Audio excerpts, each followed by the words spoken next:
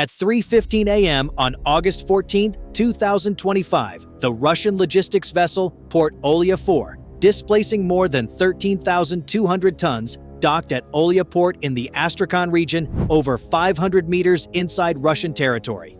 On board was a military shipment valued at approximately $22 million, including hundreds of Shahed suicide drones, large-caliber artillery shells, and Iranian-supplied electronic components. Russia considered this location secure. The port was shielded by the long-range 96L6 surveillance radar, the Buk M3 medium-range surface-to-air missile system, and multiple Panzer S-1 short-range air defense units. Yet the entire voyage from Bandar Abbas across the Caspian Sea and into Olya had been continuously monitored. A covert Ukrainian strategic reconnaissance unit operating from the opposite Caspian shoreline tracked every step. Thus, when cranes prepared to unload the containers, Ukraine had already positioned a strike asset, the Luchai AN-196, a long-range attack drone equipped with a 75-kilogram shaped charge warhead, optimized for deep penetration sabotage missions.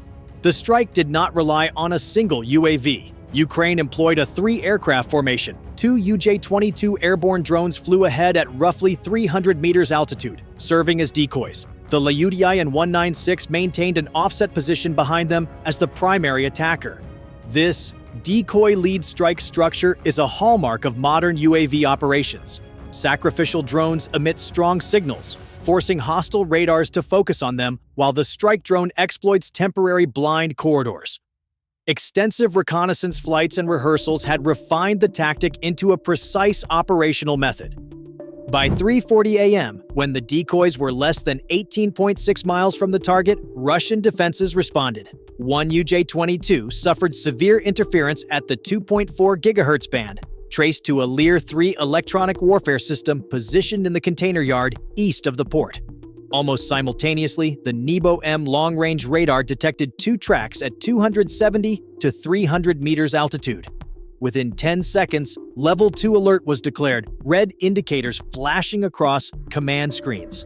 The duty officer ordered immediate deployment of Panzer S-1 batteries. From the northern fuel depot, a Panzer unit switched to maximum readiness. Its fire control radar rotated rapidly, locking onto both targets. 1257 E-6 interceptor missiles stood ready. Warning sirens echoed across Astrakhan. 14 seconds later, 2 missiles streaked skyward, leaving white trails in the night. In under 20 seconds, both decoy drones were destroyed, their flaming debris falling into the Volga River.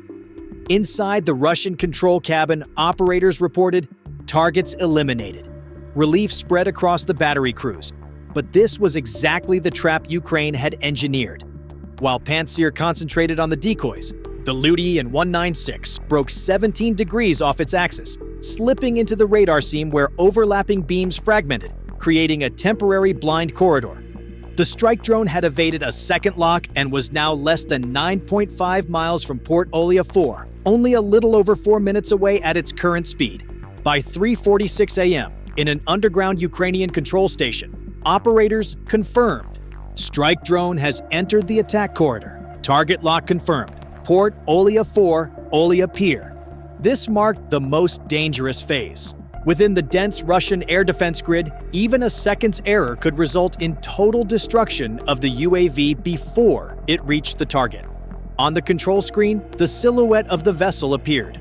Port Olya 4 stretched nearly 180 meters in length with a beam of 27 meters and displacement exceeding 27,500 tons.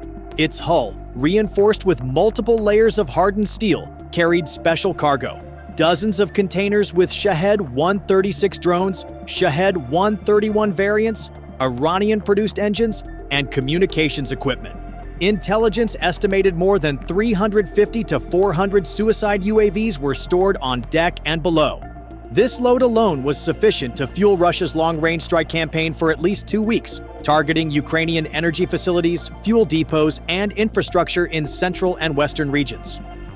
Besides the drones, the vessel contained 6 containers of specialized electronics and propulsion units, 4 reserve aviation fuel tanks each holding nearly 20,000 liters, and ground-based communications antenna systems designed for UAV synchronization.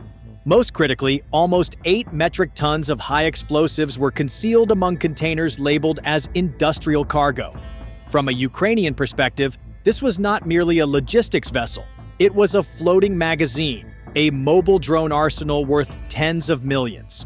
Defending it were two formidable layers. The Buk M3 system, with its 9 S-36 radar and 9 R-31M interceptors, capable of engaging targets out to 70 kilometers, was considered Russia's heavy UAV hunter. Complementing it were the Pantsir S-1 batteries, each valued at $15 million, designed to intercept even supersonic threats at ranges up to 20 kilometers, with a reaction time of just 4 seconds. These overlapping defenses made Olya Port one of the most heavily shielded sites along the Caspian corridor. But the Ukrainian crew understood the vulnerabilities. The Lyuty and 196 shifted 4 degrees starboard, dropped altitude, and switched to passive-only guidance. Flying just 15 meters above the water, it rode sea clutter reflections to mask its approach. This maneuver, known as wave-riding radar evasion, had previously enabled Ukrainian drones to strike targets in Moscow and Kazan. Now it was being applied against the Caspian defense net. Technically, the Lyuty and 196 had been adapted from lightweight trainer airframes but rebuilt with carbon composite structures. Measuring 1.5 meters in length with a wingspan just over 2 meters, it weighed little but carried a lethal charge. Cruising speed was 180 kilometers per hour, with terminal velocity reaching 230 to 250 kilometers per hour in dive mode. Small, low, and slow, it was difficult for radar to track. For the Ukrainian crew, its simplicity was its greatest strength, an inexpensive drone with the power to ignite catastrophic chain reactions. As it closed within 2 kilometers of Port Olya 4, final attack mode engaged. The onboard system locked onto the vessel's midsection, targeting fuel tanks and UAV storage. The stage was set for impact.